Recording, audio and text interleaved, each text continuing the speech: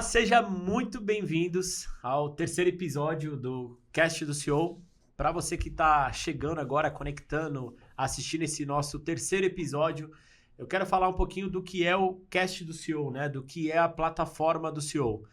O nosso podcast é um podcast focado em entrevistar, em falar com empresários e conectar com as histórias desses empresários. A gente entende que hoje um dos maiores meios de conexão são as histórias e aqui no nosso podcast a gente aprende na prática os acertos, os erros de pessoas, de empresários que já conquistaram posições de sucesso nos seus negócios, nas suas empresas. Então, essa é um pouco da nossa essência, da essência do podcast, do Cast do CEO, tá bom? E hoje eu acredito, né, Ricardo, que a gente tem um negócio bem interessante aqui para trazer para as pessoas que estão assistindo aqui o nosso podcast, né? Hoje eu trouxe um livro aqui do meu amigo Alexandre Lacava, Os 7 Passos para Ser um Líder de Vendas. O Alexandre Lacava, ele é palestrante, é coach, né? Tem muita influência nesse mercado de vendas. E no próximo dia, você não sabe dessa, mas no próximo dia 27/4, ele vai estar aqui com a gente contando a história desse livro. Perfeito, maravilhoso. Ótima notícia pra gente, né? E o que vai acontecer com esse livro aqui, Ricardo? Bom, eu não sei fazer sorteio na internet. Essa parte sobrou para você, Rafael. Então vamos lá. O que nós vamos fazer? Então, para você que está assistindo o nosso podcast, a gente vai subir no nosso Instagram. Então, se você não segue as nossas redes sociais, eu já quero fazer um convite agora. Para o que você está fazendo aí, vai lá no nosso site, plataformadoceo.com.br. Lá vai ter uma série de links onde você vai acompanhar a gente pelo Instagram, pelo TikTok, pelo Kawaii, né? Por todas as ferramentas digitais. Ou você pode ir direto lá no Instagram, @plataformadoceo. Nós vamos fazer um post lá e aí eu quero que você comente nesse post e nós vamos fazer o sorteio a partir dos comentários dessa publicação. Um ponto que a gente vai fazer, né? Essa publicação. Aí vamos pedir ajuda aqui aos bastidores, né? A gente faz um post falando do livro ou só um post do terceiro episódio? O que vocês acham?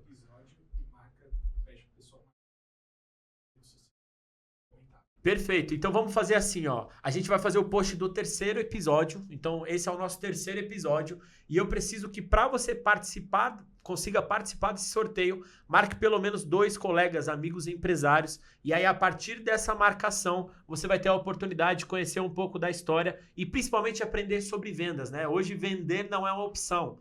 Vender é uma estratégia de, pelo menos, sobrevivência, né? Porque quem não vende não dá certo, né, Ricardo? Exatamente. E você acredita que isso daí é um best-seller? Nós estamos aqui... best-seller? Editora Gente, né? A 6ª edição, Editora Gente, e é um best-seller.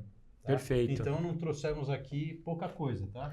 Perfeito. Então a minha recomendação para você é, para o que você está fazendo, siga a gente lá nas redes sociais. A gente vai postar lá uma imagem falando do terceiro episódio, você vai ter a oportunidade de ser sorteado e ganhar um livro maravilhoso para aprender a se comportar e vender, porque hoje quem não vende não consegue sobreviver, né? É uma questão até de sobrevivência. E vamos lá, né? Eu acho que, deixa eu me apresentar aqui rapidamente. Eu sou o Rafael, CEO da agência número 1 de marketing digital de Guarulhos.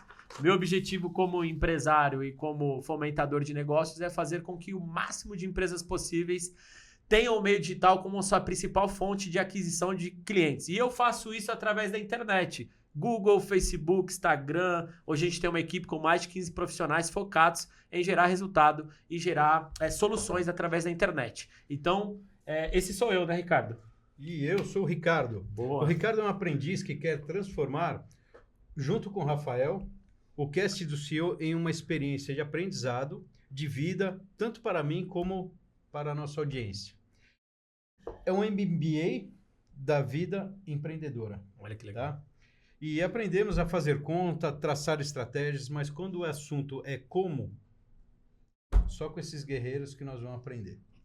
Perfeito, Ricardo. Perfeito. Gostou, né, Fran? Gostou. Nosso convidado já tá rindo aqui, então é um ponto positivo aí que a gente vai ter muito aprendizado, né?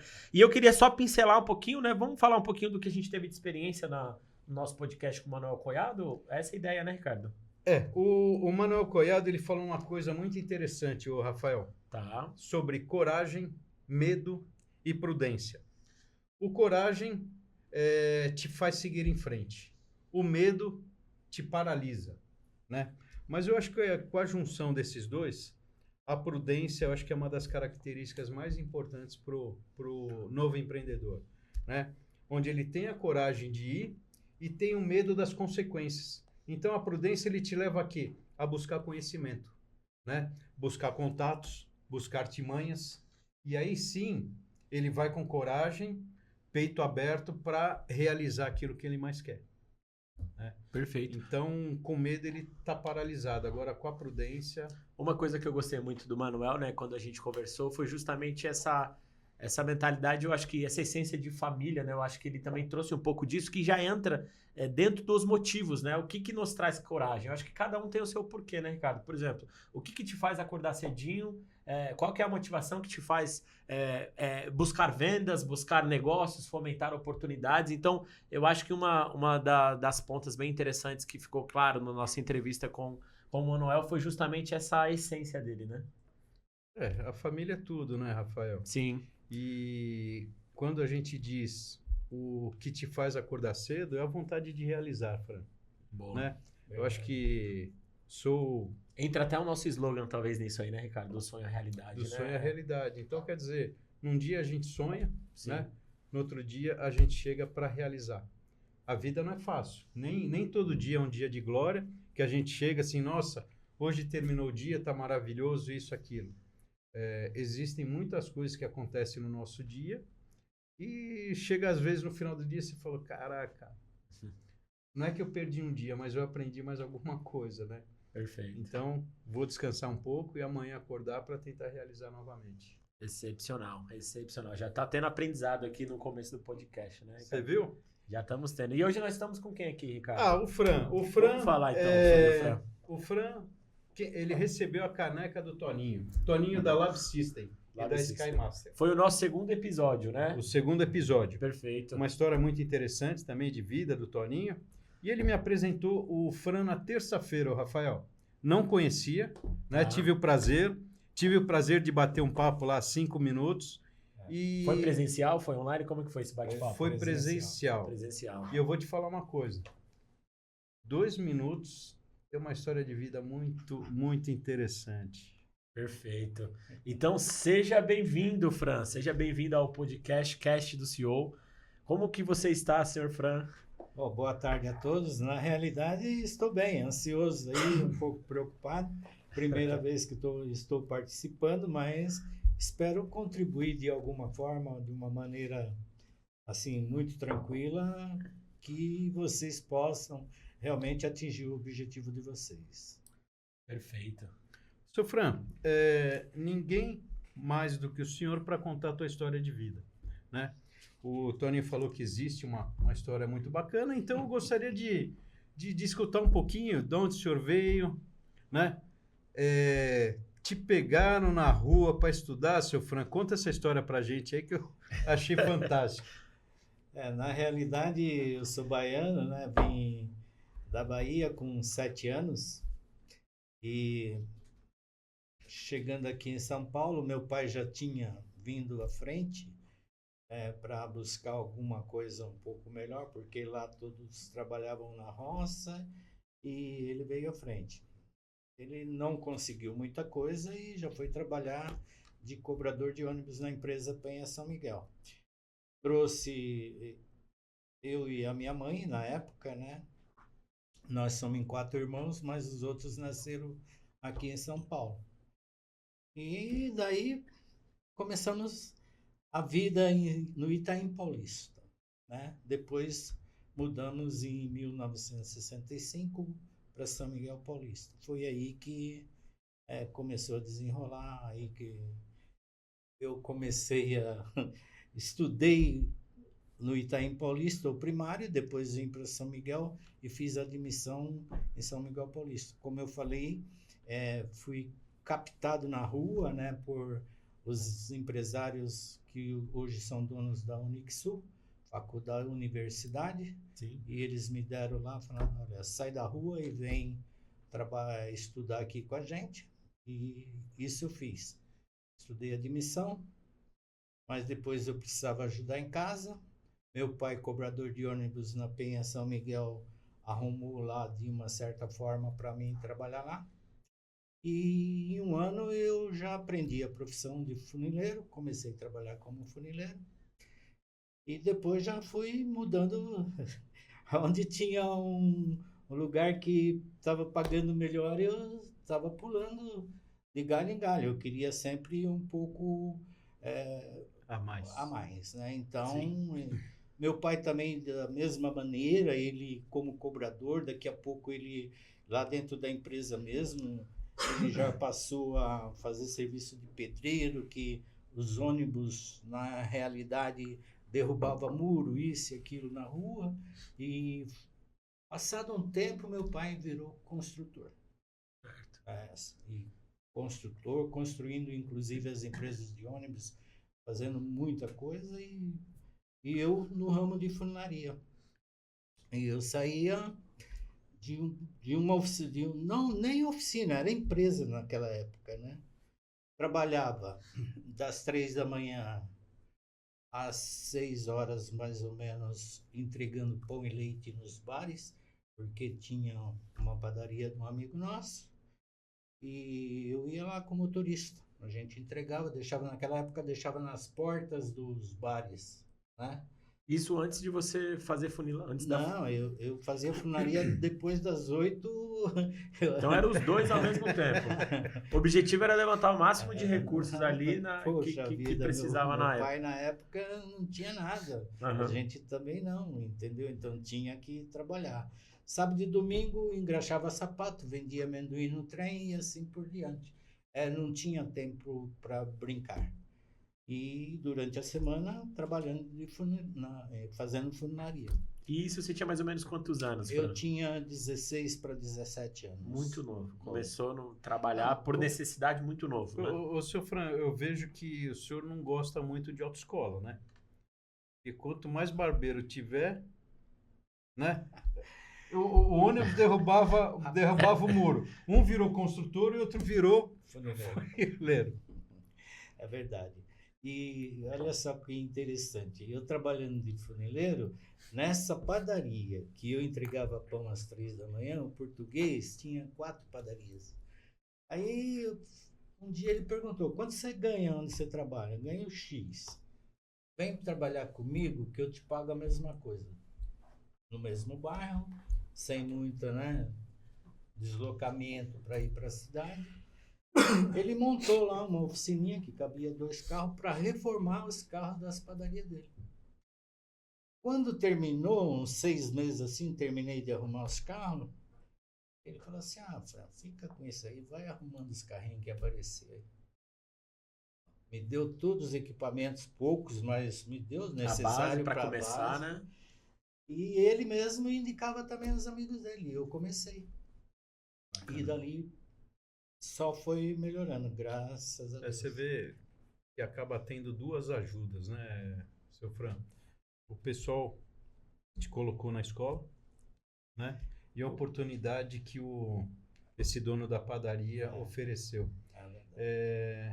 Acho que essas oportunidades são difíceis de acontecer. Sim. Mas quem está pronto, né, com vontade... Olha, eu só tive em toda a minha trajetória só pessoas me ajudando. Tudo bem. Eu lembro que vinha aí com o tempo. Uma vez foi um cliente lá que tinha propriedade rural em Santa Isabel.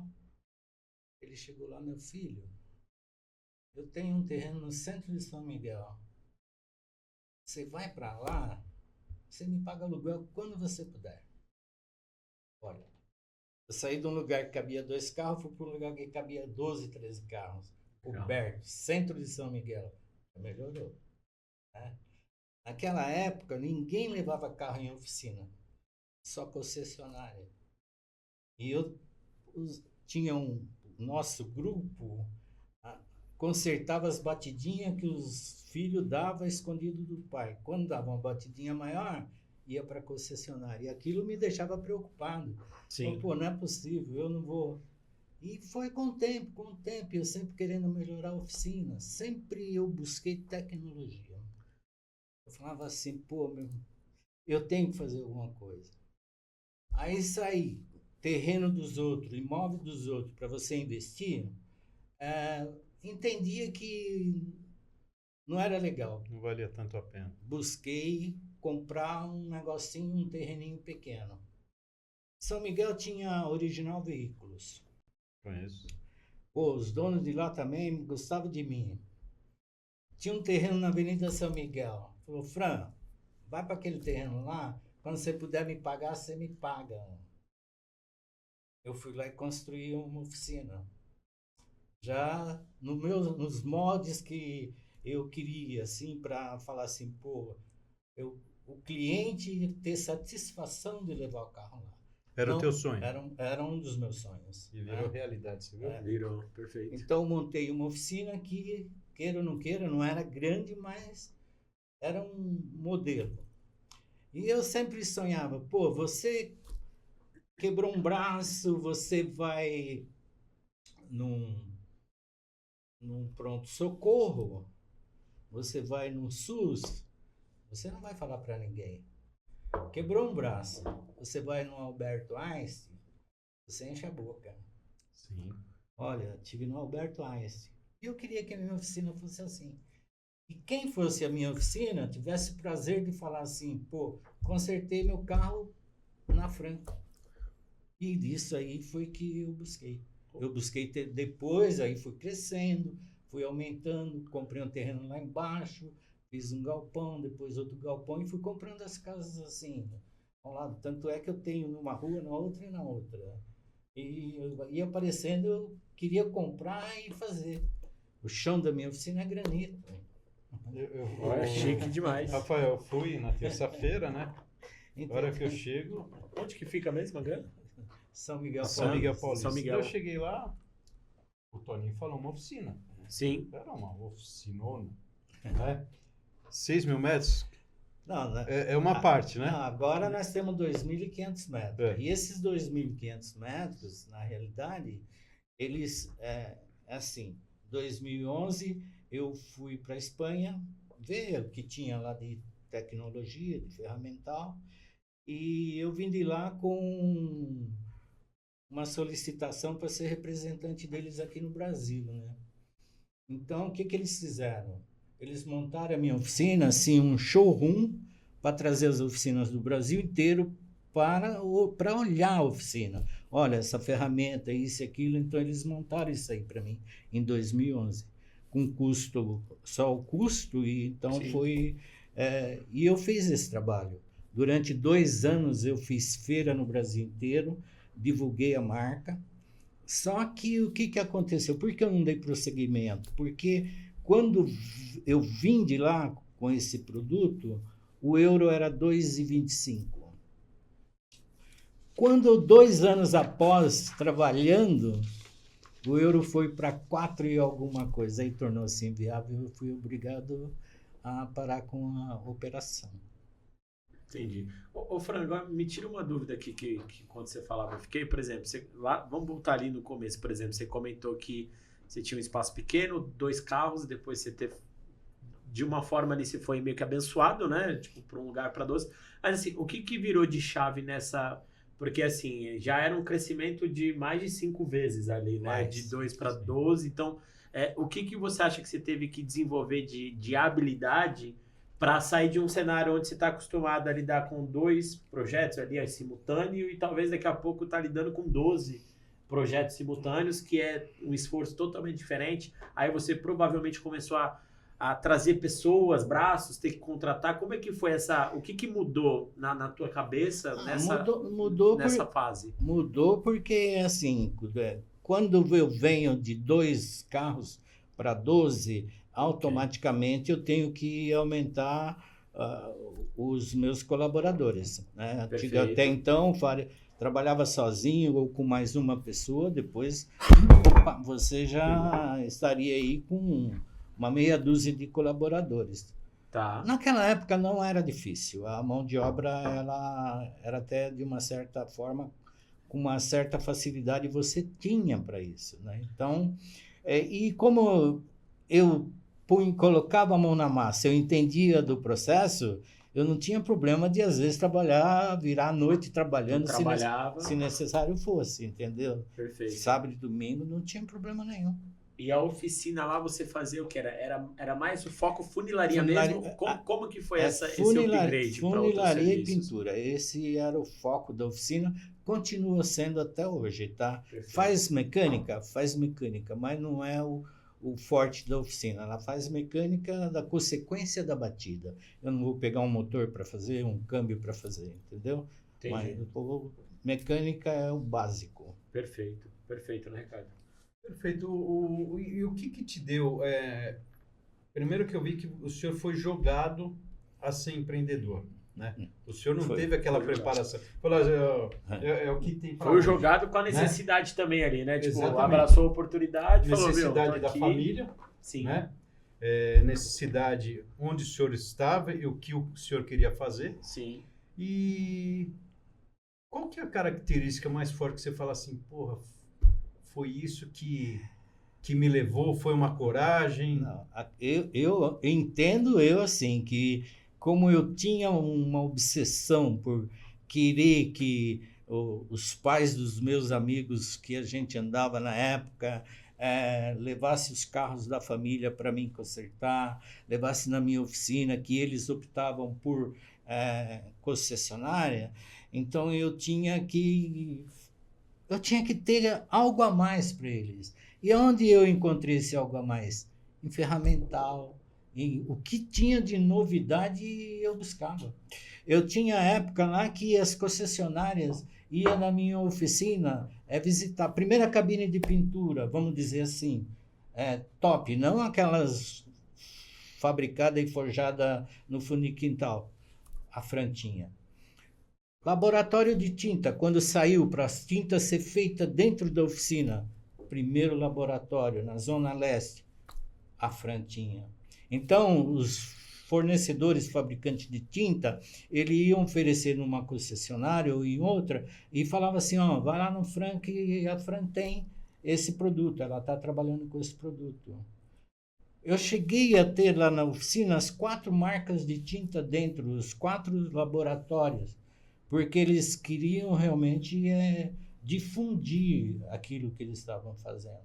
Equipamentos. Pô, eu ia nas feiras lá fora.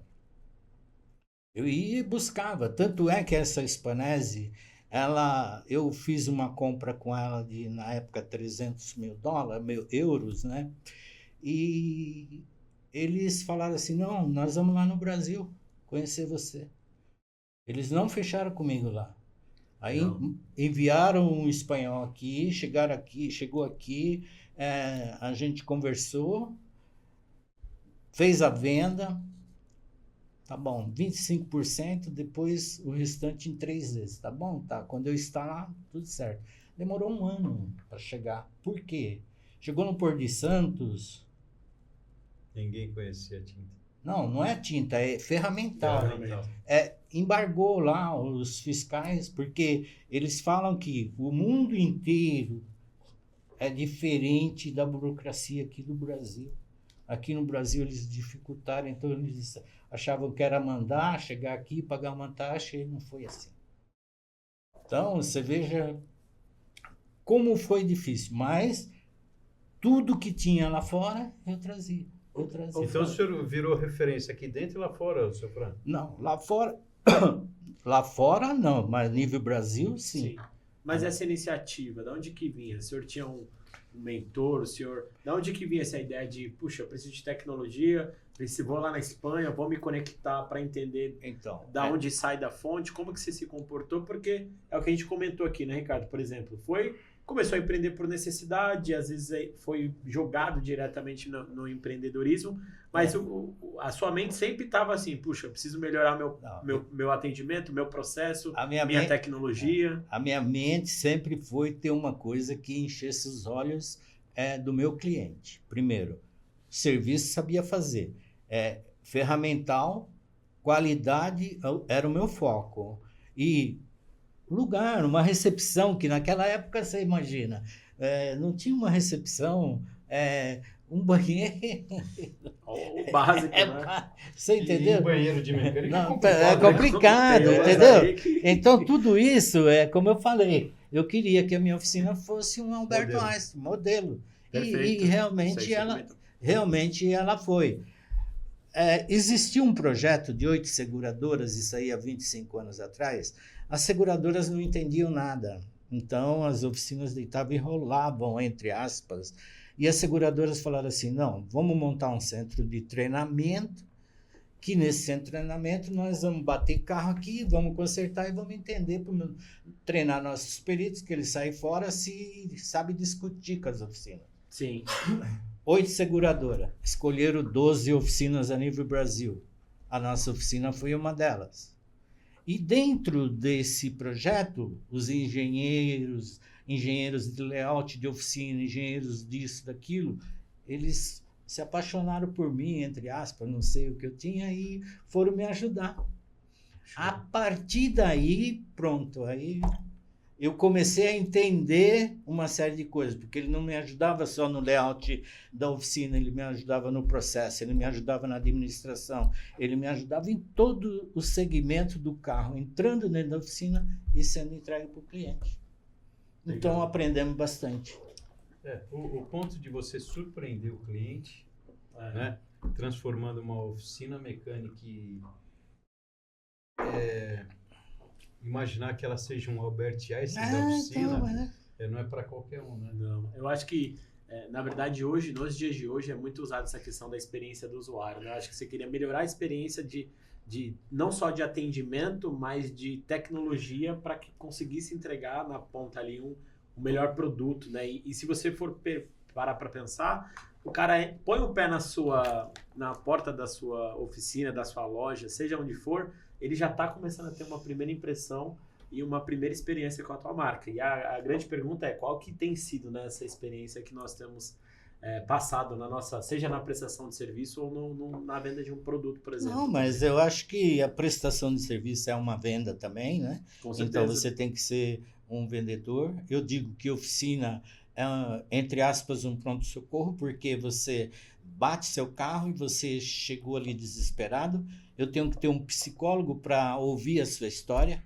É verdade. Então verdade. eu tenho que ouvir. Você vai falar, pô, o cara bateu, entrou ali. Então eu tenho que ouvir primeiro, apesar de ser normal para mim, mas eu vou ouvir. Depois, é um bem que ele é apaixonado, gosta mais do que a própria esposa dele, então ele fica louco. Ele vai gastar dinheiro, quer dizer, uma outra situação na nossa atualidade, e para ele, aquele carro lá nunca vai ser o mesmo. Ele vai buscar o carro dele pronto. Ele não vai. Quando você vai comprar um carro, o carro pode estar cheio de defeito, mas os seus olhos estão voltados de outra maneira. Ele só enxerga coisas boas. Quando você vai buscar um carro batido, você vai procurar defeito. Um detalhezinho aqui e ali. Então eu tenho que te surpreender que tudo aquilo que você vai procurar eu já olhei antes. Sim, e se tiver algum problema, eu já corrigi. Sim. Sim. Então, por isso que nós vamos surpreender o nosso cliente. Esse é o nosso objetivo. E você acredita, Fran, que todo esse crescimento no ramo, porque não é comum, né, ter um crescimento, às vezes, expressivo, rápido, isso você remete o que, esse crescimento da Fran? Isso você acredita? O que você foi para o marketing? Foi indicação? Foi essa questão dessa comparação que você fez com o Albert Einstein, por exemplo? Olha, na nossa época não existia muito marketing, não tinha internet, não tinha Facebook, não tinha nada, então era boca a boca, né? Então você tinha que trabalhar no boca a boca. Um falava, fez serviço aonde, o outro, volto lá atrás. Arrumava os carros dos meus amigos da minha época, da minha idade, mas não arrumava da família deles. Então eu tinha que buscar isso aí. Então esse foco me fazia que a minha oficina tivesse um QI a mais para trazer esses clientes. E a partir do momento que trouxe, aí pronto, aí um fala para o outro fala para o outro, bairro e assim por diante. Uma das coisas interessantes que a gente vê três empreendedores, né, com a mesma característica, com a mesma oficina, e de repente um continua com uma oficina com 2 carros, outro com 50 e de repente um explode, né? É sonho, é vontade, objetivos. É mercado. O mercado muda. Quando eu atingi mais ou menos 500 carros por mês, era vamos dizer assim, eu estava num nível muito alto, que não comportava mais, tinha que montar outro lugar. Tanto é que eu montei uma oficina aqui na Vila Prudente, na época, né? Porque lá estava muito centralizado e era demais. Hoje, não existe mais oficinas que conserte 150 carros mês. O foco mudou. Hoje as oficinas, no máximo, elas vão consertar 80, 100 carros. Eu estou falando de funilaria e pintura. Então, hoje, o que eu mexo são oficinas pequenas. Aí você pode pulverizar. Penha, Tatuapé, Zona Sul, aí sim. Mas oficinas grandes, igual antigamente o negócio era grande mesmo, a coisa era absurda. Entendeu? É porque você pegar quase 17 carros por dia, né? Você dividir 500 por 30. Então vamos arredondar aqui, vai 20 carros por dia. E aí, enfim. E essa administração, como é que era? Era por quantos funcionários nessa época? 130. 130. Para transmitir a tua excelência, filosofia, né? a tua Porque excelência, é uma essência de excelência, mas né? aí, assim, na realidade, cada setor você tem um líder. Então, setor de pintura, setor de montagem, setor de acabamento. Nós tínhamos uma oficina que era só serviço rápido. Então, tinha uma equipe de 5. Tipo um fast food ali. O cara chega ali, sentou... Ela era dentro do mesmo contexto, mas num patamar, vamos supor, tem a parte de baixo, lá em cima tinha uma equipe totalmente, esse carro pequeno de 1, 2 dias, e era tudo direcionado para essa equipe de 5, 6. Um líder trabalhando, acabou, tomava conta normal. Então não era difícil. Só que o modelo mudou. Então, depois foi pulverizando de oficinas pequenininhas também no bairro. Você pode ver, pega aqui a nossa região, o que você vai ver de portinhas de oficinas que cabe 10, 12 carros, é o que mais tem. Você não vê uma mega oficina. Já teve mega oficina na Anália Franco, Santa Rita e outras aqui, mas não tem mais. E quando você vê... eu vou te falar da Anália Franco. Sim. Estava ali, daqui a pouco foi para lá, depois foi para lá. Por quê? Aluguel. Caro. Sim. Uma das coisas que eu sempre também lutei, prédio próprio. Porque eu falava assim, se eu quero fazer uma modificação, eu vou fazer naquilo que é meu. Então, é por isso que eu nunca deixei de investir na minha oficina, porque aquele negócio era meu. E aí? Aluga ou compra, né, cara? Depende do estágio. Depende, né? Depende muito do estágio. Então, uma das coisas que eu ia te perguntar aqui, seu Fran, que o maior mentor foi a vida, a vontade... Meu maior mentor foram as pessoas que estavam ao meu lado. Tanto cliente como amigo, me ajudaram muito, muito. Assim, como eu falei, esse professor mesmo, ele fala, isso é mal de professor, não pode ver uma criança na rua que quer levar para dentro da educação. E eu tive sempre essas pessoas me ajudando.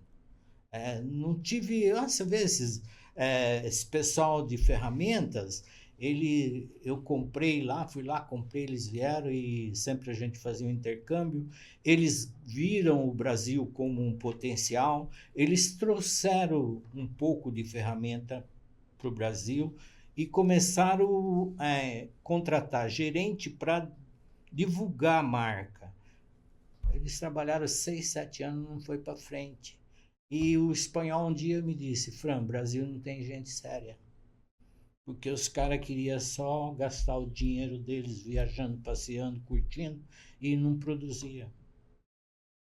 Entendeu? Então tem esse tipo de coisa. E o Brasil realmente é difícil de você trabalhar. Então, o cara que empreende no Brasil, ele vai empreender em qualquer lugar do mundo. Qualquer lugar do mundo.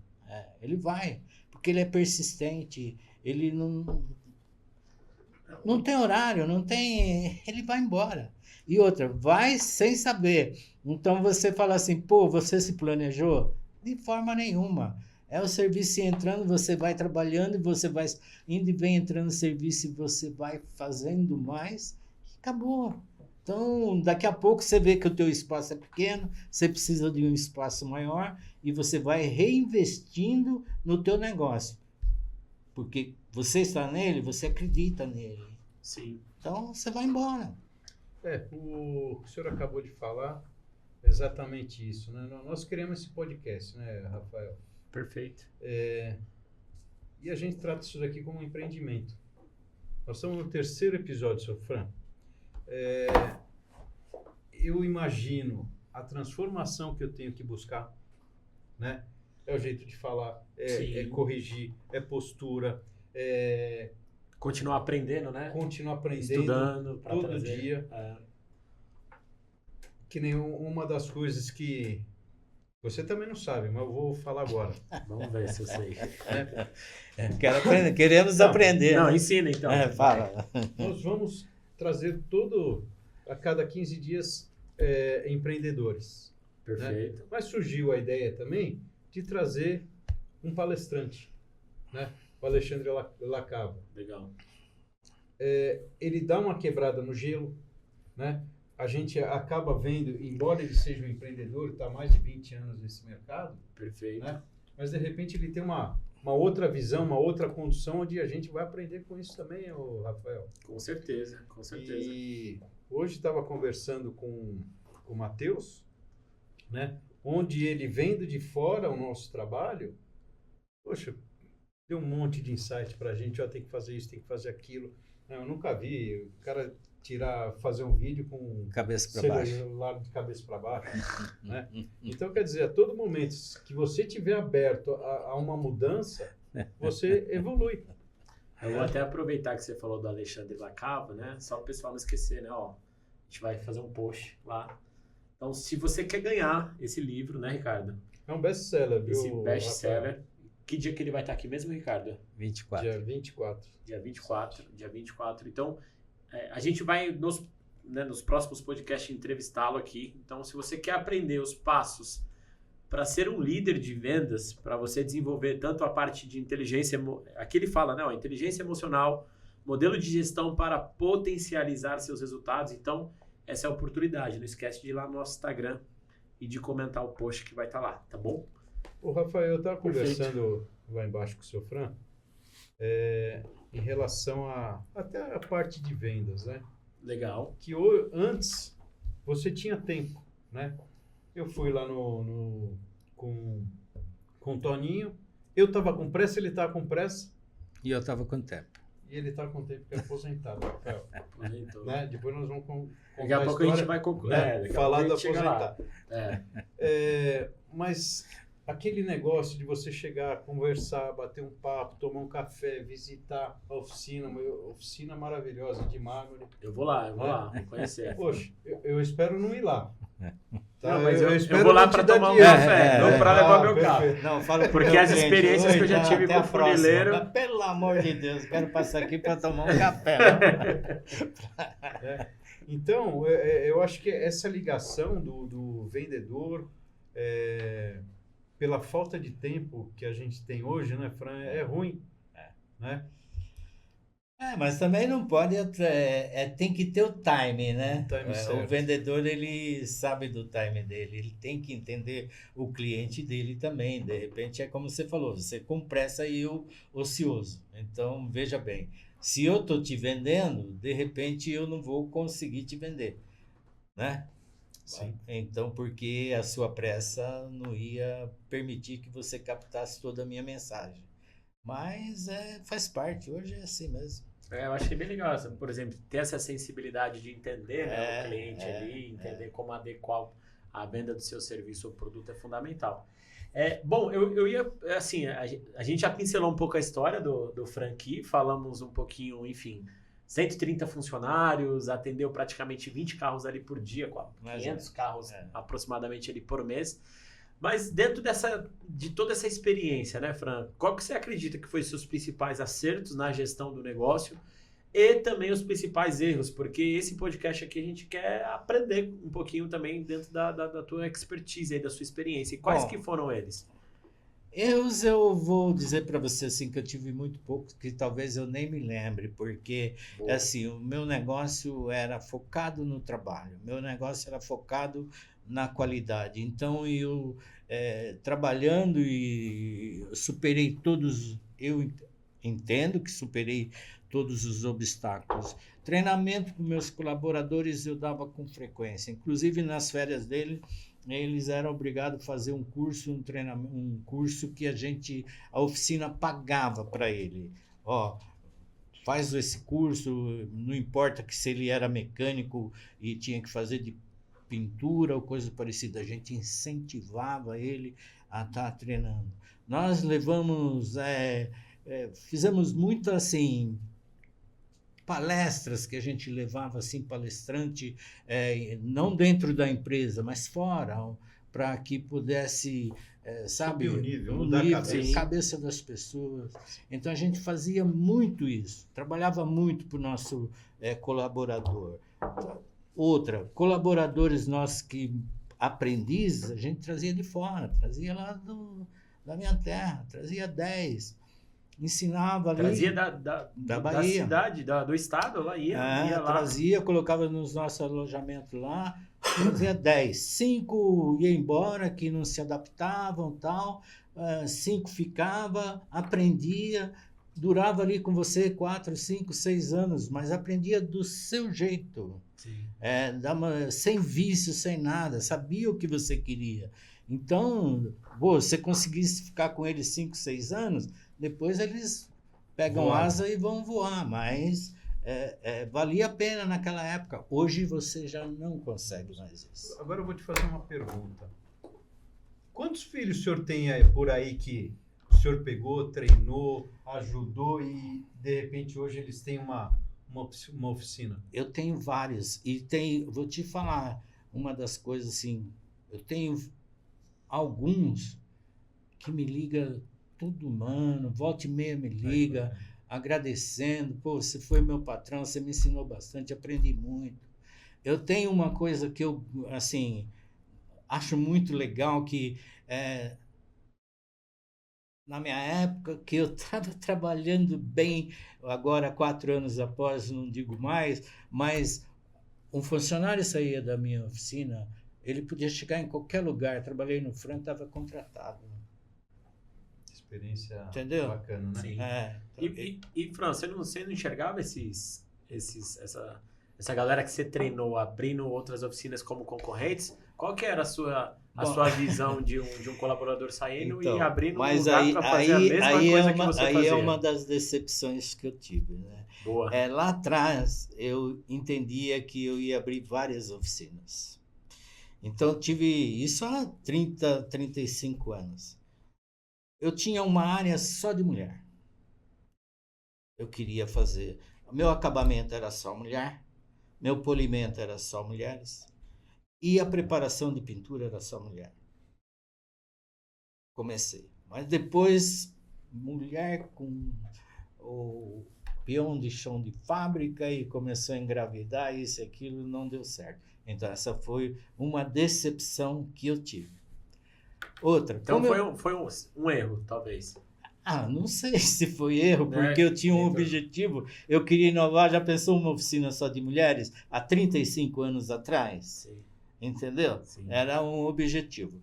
Outra, na época, eu peguei em cada setor que eu tinha, setor de compra, essa oficina relâmpago, a outra, eu coloquei 6 líderes que eu tinha, eu dei 5% da empresa para eles. Então... 5 para cada ou 5? 5 para cada. Legal. Aí eu dei para eles porque eu falei assim, olha, agora quando tiver tudo redondinho aqui, eu vou para outra oficina. Tiro um daqui, levo para lá. Uhum. Só que o que foi acontecendo com o tempo? 4, 5 anos depois, um desistiu. Tive que comprar. E o primeiro que desistiu foi uma irmã minha, que trabalhava na área administrativa. Então foi uma decepção. Ô Fran, meu marido não está bem, eu preciso ir junto com ele, isso, aquilo, compra a minha parte. Quer dizer, aí depois vem um outro com o tempo. Não deu certo. Por quê? Porque o nosso negócio, eu não pegava as pessoas que estavam ali comigo. Eu não ia buscar um profissional que tinha um perfil, não é isso. Eram as pessoas que estavam ali que eu acreditava. E que foi formado pelo senhor, né? Também. Tem a mesma Sim, cabeça, entendeu? a mesma cultura, Sim, né? mas Não deu certo. não deu certo. Moral da história, fiquei sozinho depois. Tive que comprar todos. Uma coisa que eu achei interessante também, ele falou que teve um acompanhamento lá fora, né, na Espanha. E existe uma diferença dentro da oficina não, na percepção do consumidor em relação ao Brasil, né? Sim.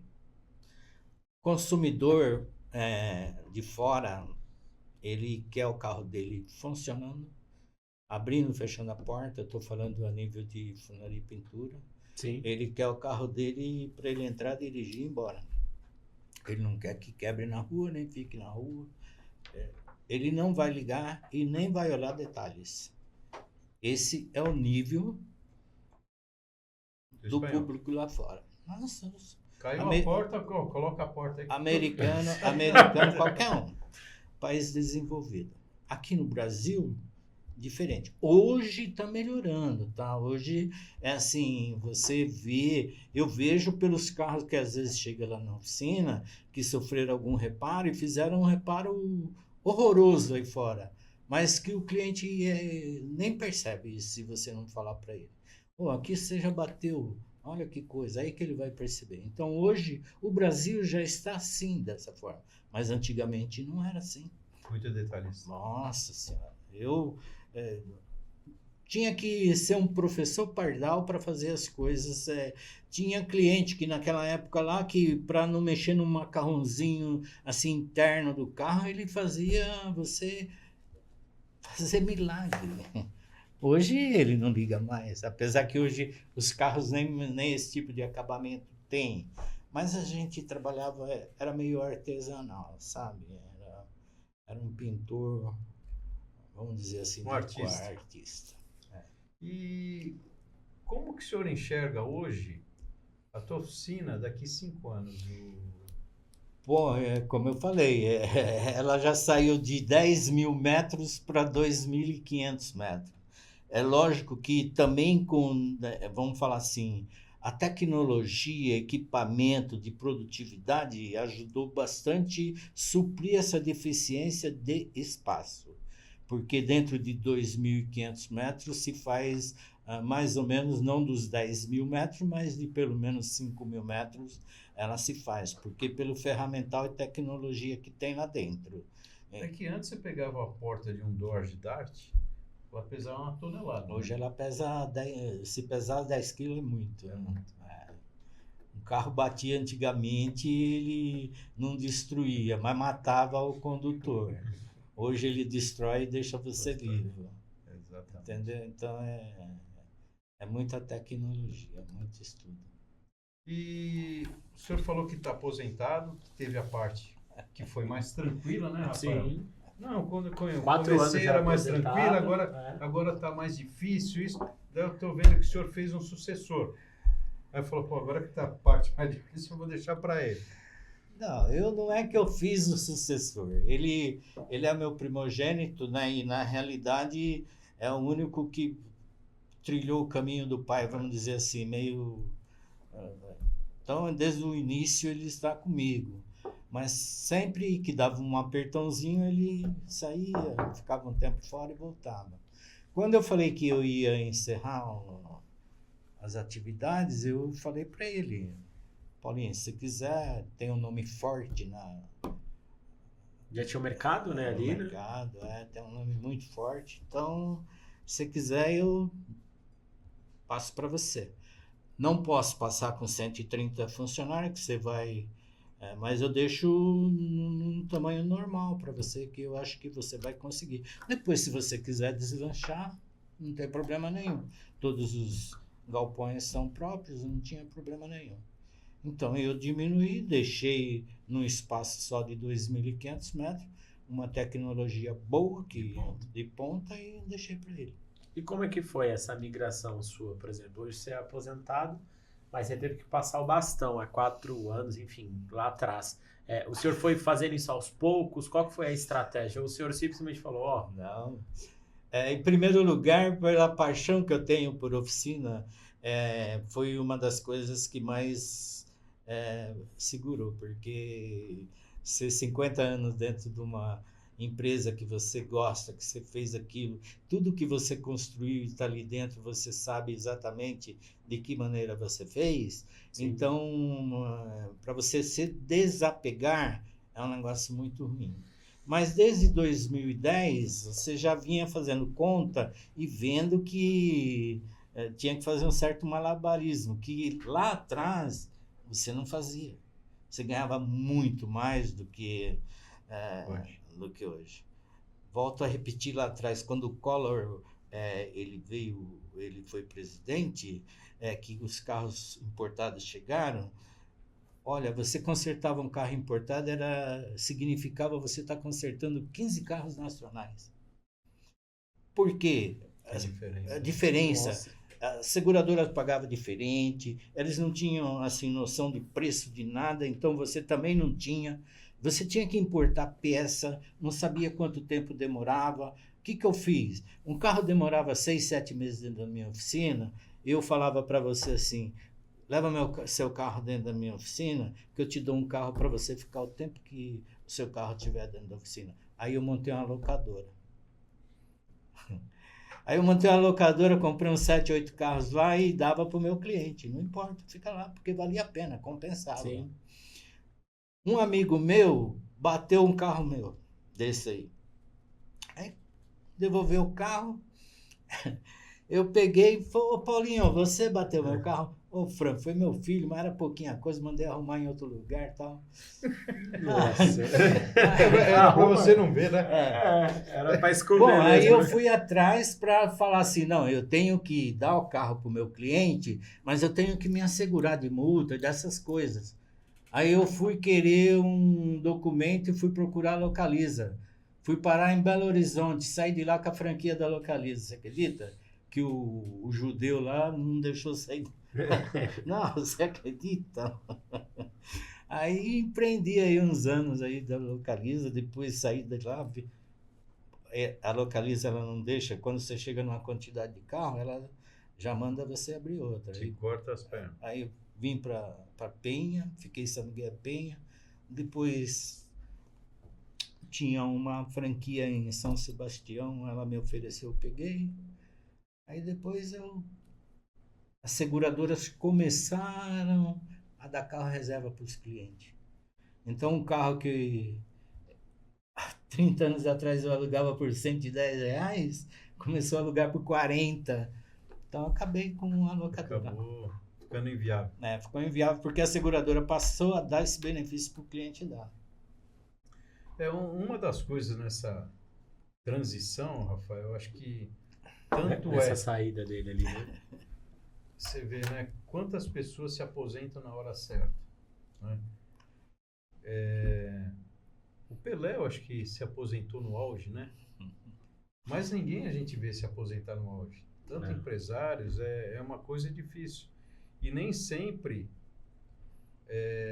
o sucessor tem o mesmo sonho do pai, né? Mas não tem. O senhor tem uma oficina, o senhor criou do zero, isso, aquilo. Não é mais ele fala, poxa, esse filho não é meu. Não É verdade. Você vai cuidar com todo carinho, mas não cuida. isso. Não cuida. Isso aí eu vejo. E se eu te falar que cuida? Só se você é uma exceção. Seu Fran, eu trabalho A empresa do meu pai tem 56 anos, né?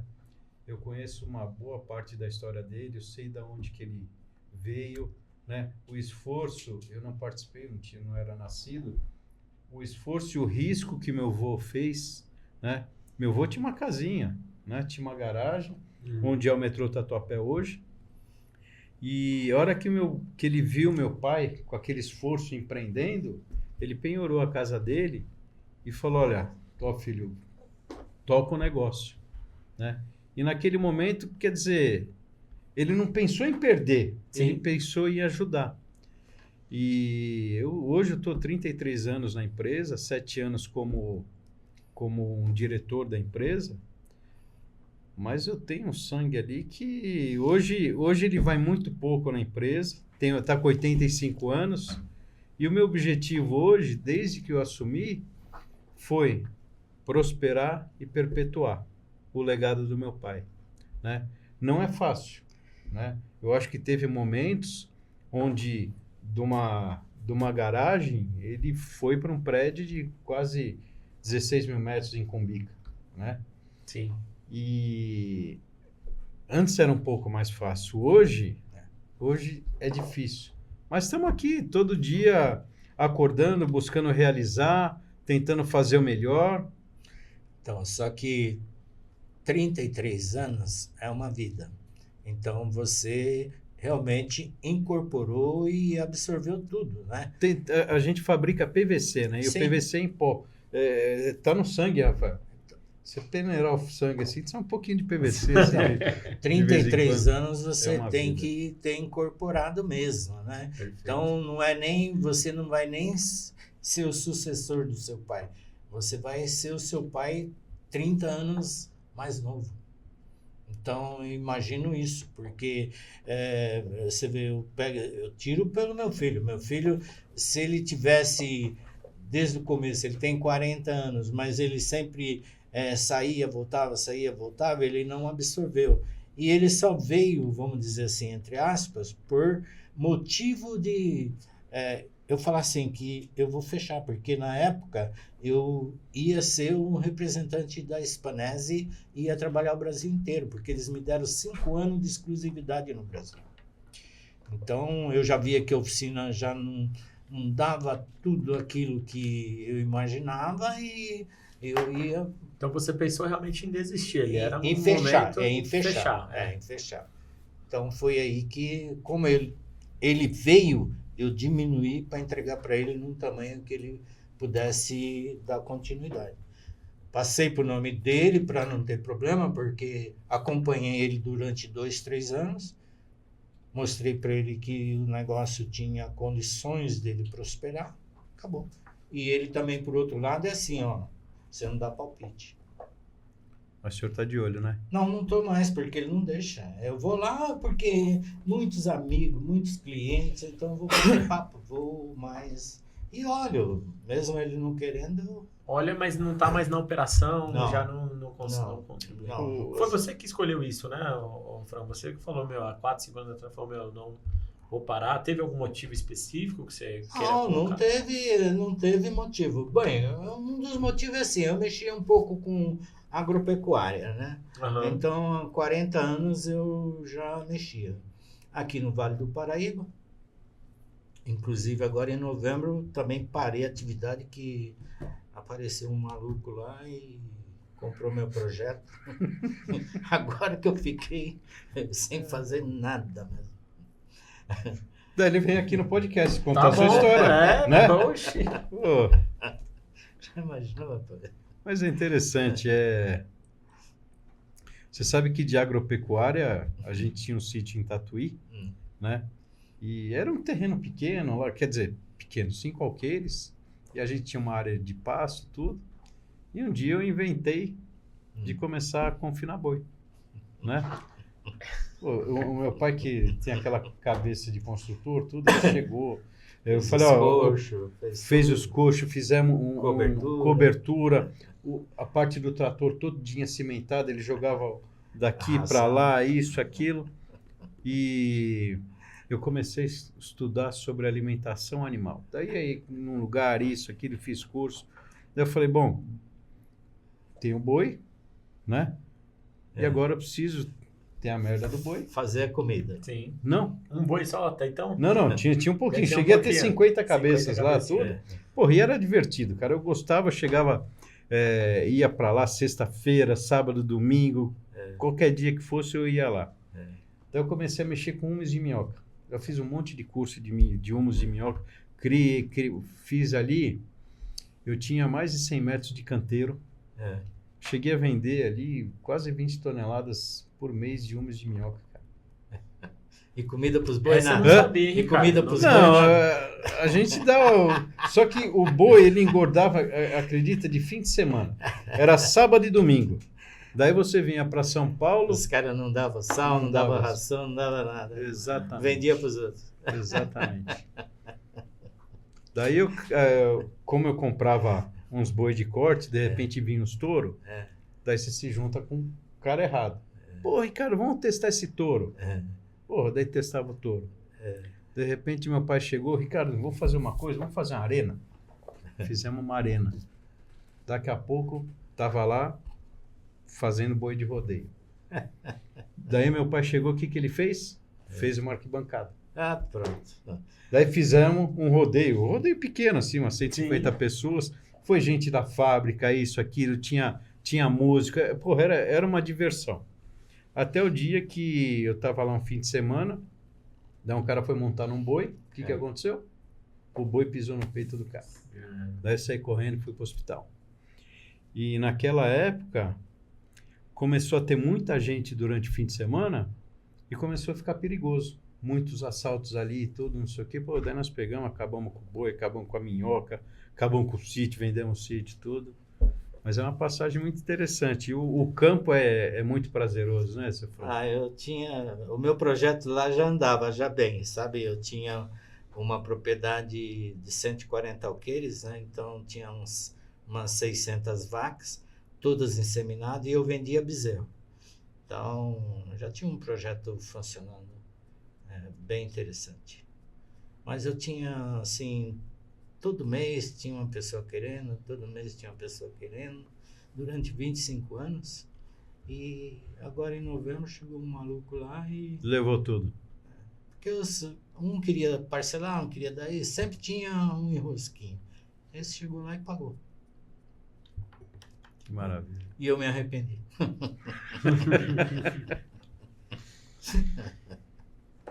Boa, boa. E deixa eu te fazer uma pergunta, Fran. Faça. Você nem nos seus maiores sonhos, talvez você imaginou viver o que você conseguiu construir através do empreendedorismo, né?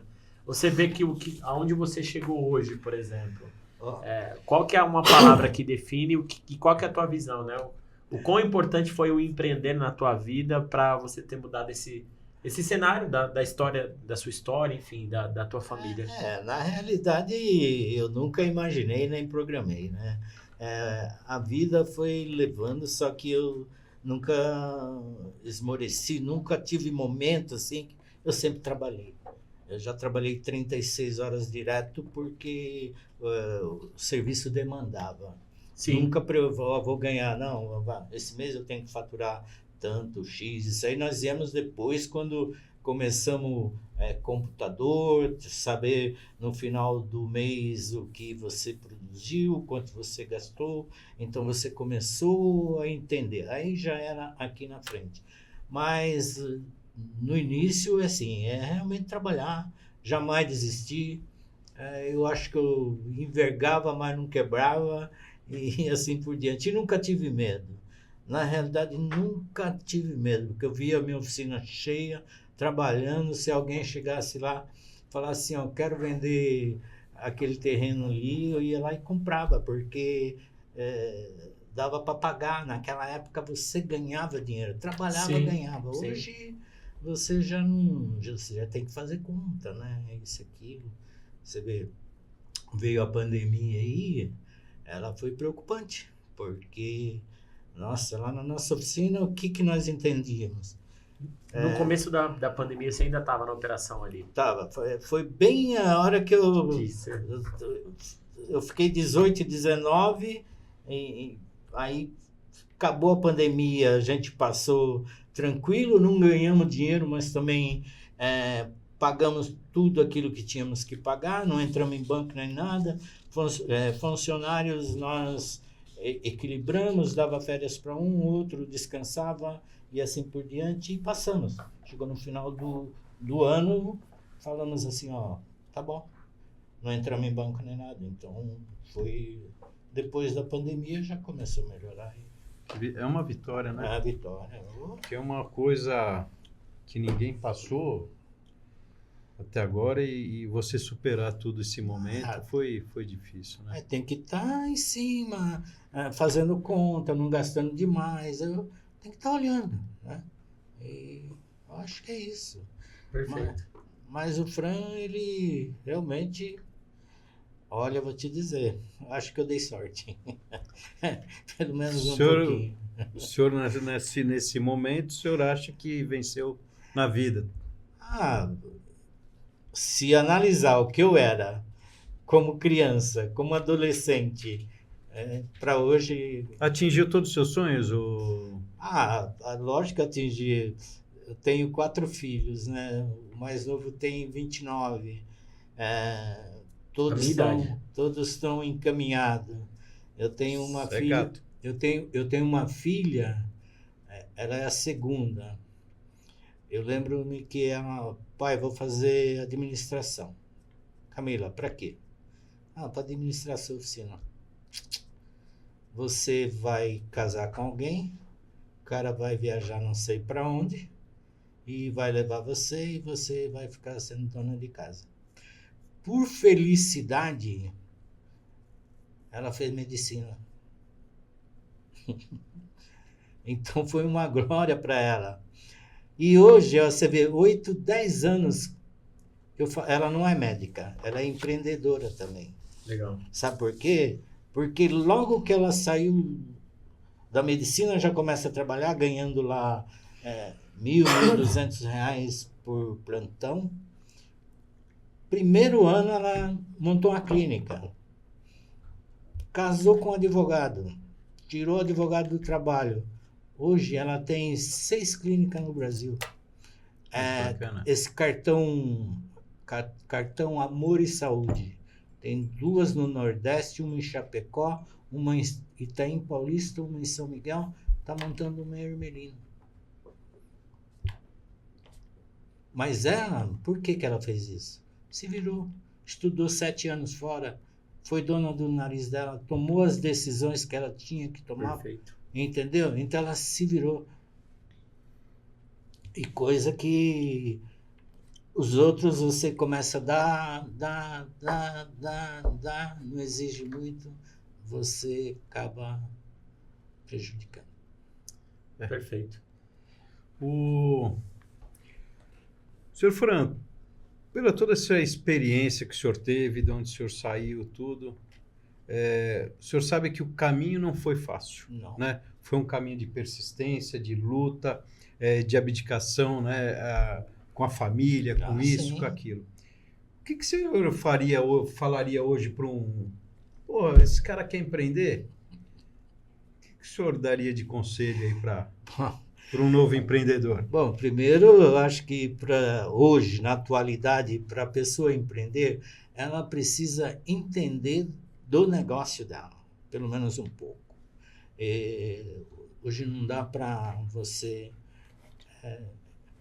arriscar, entendeu? Então, você tem que falar assim, meu foco é esse e acabou. E persistir, não desistir jamais. A hora que você tiver uma situação negativa, você tem que tentar ultrapassar, passar por cima disso, estudar, buscar conhecimento. Eu acho que isso aqui é fundamental. Não é só a faculdade. Lógico que tem vários cursos, mas o livro também ele te traz bastante. Está na palma da mão. Está na palma da mão. Então, clique, né?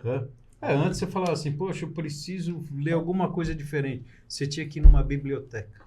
Não é da época do Rafael, né? Não, mas eu peguei ainda um pouquinho, bem, quase nada. Mas hoje você fala eu assim, vi biblioteca ainda. Qualquer assunto que você quiser, tiver interesse, está na palma da tua mão. Amigo, eu acabei de ler agora a biografia do Elon Musk. 700 e poucas páginas. Eu li nos 20 dias, porque é tão contagiante que você... Emerge ali, não, né? você de madrugada você está lendo, porque é um momento que você está assim com a mente tranquila, mas se você... Aí você vai analisando como que esses caras, vamos dizer assim... É fantástico o jeito. O cara dorme no chão da fábrica. Se ele fala assim, ó, esse livro vai ser produzido agora, daqui meia hora ele está pronto, não adianta ninguém vir falar aqui não, que ele vai fazer ficar pronto. Sim. Entendeu? Então, esse é um dos objetivos que a pessoa que quer empreender, ela tem que ter o foco. Olha, quero isso e isso vai acontecer, independente de terceiros ou outros. Se esse aqui que está colaborador junto com você, que ele desestimula você, você vai ter que tirar ele fora, vai pegar o outro, vem comigo e você vai e acabou. É assim que tem que ser. Quem quer empreender hoje, apesar Sim. que você veja que o empreendimento de chão de fábrica, empreendimento de coisas assim que antigamente tinha, hoje o segmento é outro, né? Internet, informática, influência e esse tipo de coisa. A nossa juventude está mais ou menos dessa forma. Mas você ir lá fabricar um tubo, você inventar uma máquina lá para fazer o tubo, um tubo flexível, um tubo que enrosca aqui, sai ali, complicado, não é? Exatamente. Então, pronto. Boa. O Cast do Senhor é um podcast que eu acho que a gente contextualizou, né, Ricardo? Que o nosso objetivo aqui, né, Fran, é a gente conseguir contar histórias, né? Contar histórias, conectar com pessoas que têm histórias similares, ou ser um testemunho ali, ser um exemplo ali para pessoas que querem começar a empreender. E eu queria entender com você, Fran, o que você achou desse projeto? O que você achou da experiência de estar gravando aqui com a gente o podcast? Você se sentiu à vontade? O que você acha dessa iniciativa aqui? A iniciativa, né, o Ricardo, juntamente comigo, o que você achou dessa iniciativa de trazer empresários para conectar com outras pessoas, empresários que contem as suas histórias? Eu acho que hoje eu ouço alguns podcasts e inclusive tem uns que você consegue até assistir, realmente tem um objetivo, tem um foco, né? Tem um foco. Lógico que às vezes você vai pegar um outro nível, uma outra turma, um outro pessoal que esse aqui não me interessa, mas tem um foco. Eu acho que toda a informação ela é válida. Ok. Entendeu? Eu acho que você tem público para todo mundo e você tem que se espelhar. É como eu falei, não adianta você se espelhar só no Elon Musk, no Mandela, sei lá, em tantos outros aí. Mas é um incentivo. Olha, uma vez eu estava no meu trabalho lá, a gente sempre fazia aniversário, mês assim dos aniversariantes. E não menosprezando, mas ele era um ajudante lá. E ele levou um CD.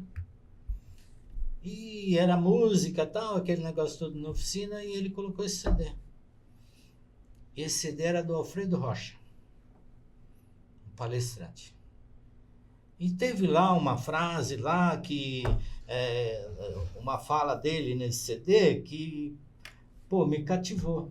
10 anos depois eu contratei o Alfredo Rocha para ir fazer uma palestra lá para o meu grupo. Quer dizer, você vê que uma pessoa, não que ele seja insignificante, mas simples, ele levou uma coisa que marcou. Então, aqui não é diferente. Sim. Né? Aqui cada um tem sua história, vem eu, uma história simples, vem outro também, vem outro com um conteúdo melhor, mas é aquilo que nós vivenciamos. Entendeu? Eu vim de Pau de Arara, meu amigo, da Bahia, 17 dias, em cima de um caminhão com uma lona em cima. Eu não lembro, minha mãe conta. Sim. Mas você entendeu? Mas o recado que a gente quer transmitir aqui é que independe de onde você veio, você da cultura, conseguiu do alguma lugar, coisa. você consegue, né, seu Não Fábio? seu objetivo, porque você não tinha objetivo Sim. naquela época. Sim. Mas se você olhar hoje para trás, você fala assim, pô, Agradeço. só agradecer, não tem o que fazer. E o que é legal é que, assim, as histórias dos empresários mostram que não existe um caminho só, né? Então a gente pensa, tem um caminho perfeito, caminho correto, mas Vou pegar esse livro aqui, olha, eu vou seguir vou os seguir passos do Elon Musk, do Alexandre lá. Puxa, cada um vai ter a sua... Eu gosto muito do Augusto Cury, a porque sua- ele tem uns livrinhos, maravilhoso. ele tem uns livrinhos pequenos assim, mas Sim. ele também, ele fala Ele te cutuca. cutuca, né? Perfeito. Eu gosto muito. Perfeito. E se você pudesse deixar uma mensagem, assim, em poucas palavras, resumidamente, né, Ricardo? Qual que seria a sua dica ali para pessoas que querem começar a empreender, que querem entrar nessa aventura? A vida já é uma aventura, mas vamos colocar que o empreendedorismo acaba sendo essa aventura ao quadrado. Em poucas palavras, o que você daria para nós, para essa pessoa agora que está assistindo a gente pelo YouTube, pelo Spotify, o que você poderia trazer aí para essa pessoa? Não, eu diria que assim, ó, eu quero empreender, meu negócio vai ser esse, eu vou entrar de corpo e alma, não vou desistir jamais. Nas piores crises que possa vir a acontecer, eu estarei sempre lá batalhando, acreditando que eu vou vencer. E pensamento positivo, trabalho e dedicação, não maltratar nem passar por cima de ninguém para que você possa conseguir aqueles seus objetivos que você vai conquistar. Não tem outra maneira. E Entendeu? ter pessoas boas do lado, né, Fran? Isso Pelo daí eu amor acho de que Deus. É, Se você, hoje em dia, olha, né, se cara? você faz, você não precisa nem falar assim, eu faço bem, eu ajudo fulano. Não é isso. É só você não desejar o mal para ninguém. Você não prejudicar o seu semelhante, a pessoa que esteja ao seu lado. Não importa quem seja ela. Acabou. Você já está assim. acima de muita gente, né? Muita gente. Ele está privilegiado. Não tem outra alternativa. Olha, excepcional. você para assim, pensa e fala assim, caramba, põe a cabeça no travesseiro e fala assim, pô, quem eu prejudiquei? Você pode até ter prejudicado sem perceber, Sim. mas que você premeditou isso e aquilo, que você levou vantagem, que você... Negócio é negócio, mas eu prejudicar você, premeditar, jamais. Acabou, você já está protegido, meu amigo. Teve um gerente, ele começou quase que na empresa, e ele saiu faz um bom tempo e um dia, num bate-papo, ele falou que o maior religioso, isso daí eu nunca esqueci, o maior religioso não é aquele que vai na igreja, que faz isso, que faz aquilo, aquele cara que acorda sem desejar o mal a ninguém. É isso aí. Né? Então isso daí você já está acima de tantas pessoas aí que o cara chega, reza e vai na missa, isso, aquilo. Na primeira curva, ele te passa uma perna. Então, acho que o maior religioso é isso daí, né? Sim. E o mercado é tão grande, né? A gente tem tanta oportunidade, tem oportunidade para todo mundo. Para que a gente vai querer atrapalhar, atrasar, fazer ou desejar o mal, né? Tem Não, mercado mas, pra e é isso daí que ele falou. Quantos filhos, né? Quantas pessoas o senhor criou dentro da empresa Perfeito. que de repente deram um pulo, criaram uma... Não é uma concorrência, mas... né? Não. Cresceram na vida, montaram com todo o ensinamento que o senhor deu a eles, né? Muitos já se aposentaram também. Aí, tá vendo?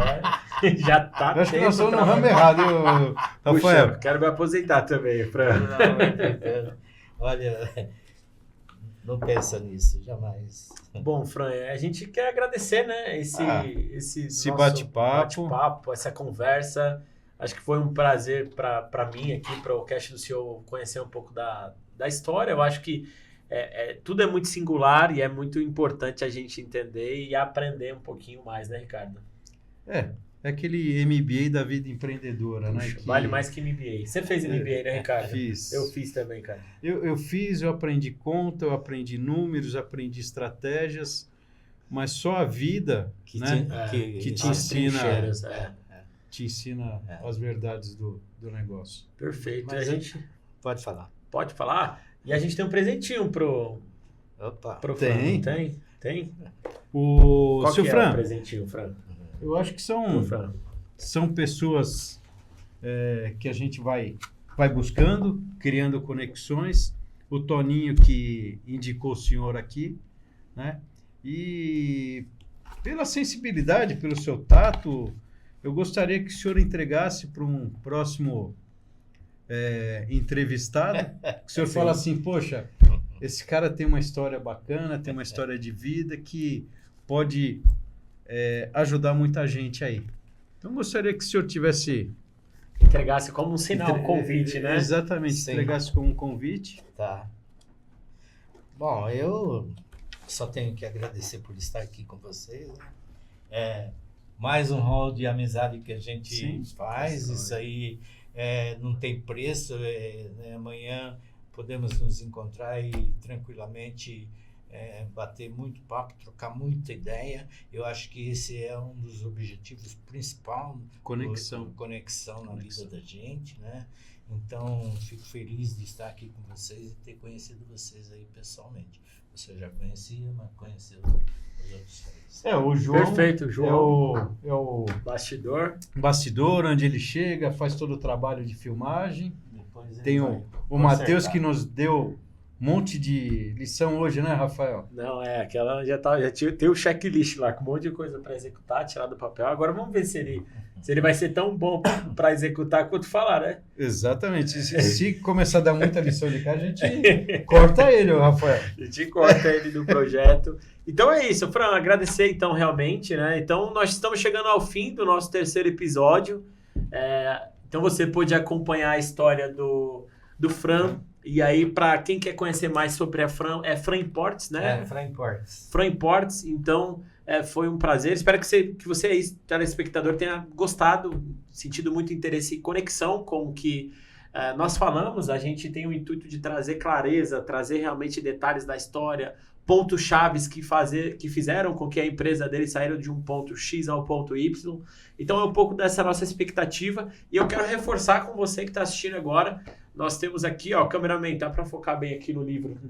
Tá bem focado aqui no livro. Então nós temos aqui, só para você não esquecer, se você quer aprender a vender mais, nós vamos soltar nas nossas mídias sociais. Então, @plataforma do CEO, você vai conseguir ter acesso e poder participar do sorteio. Lembrando que eu preciso que você marque 2 empresários lá nos comentários, justamente para que mais empresários, além de você, tenham a oportunidade de consumir conteúdos e também de participar do sorteio do nosso livro, né, Ricardo? Perfeito. Fran, obrigado, Muito Rafael. obrigado. João, Matheus, obrigado a você aí que está nos assistindo. Gostaria que vocês tivessem o prazer, né, de aprender e ter participado desse bate-papo tão gostoso, viu, Fran? Muito obrigado. Eu agradeço, viu? Agradeço de Show de coração. bola. Obrigado, espero ter contribuído pelo menos com uma vírgula aí com vocês. Com Maravilha. certeza. Tá Então, bom? muito obrigado, Obrigado. então, né? E É até isso a aí. próxima, né? E até a próxima. Obrigado, pessoal.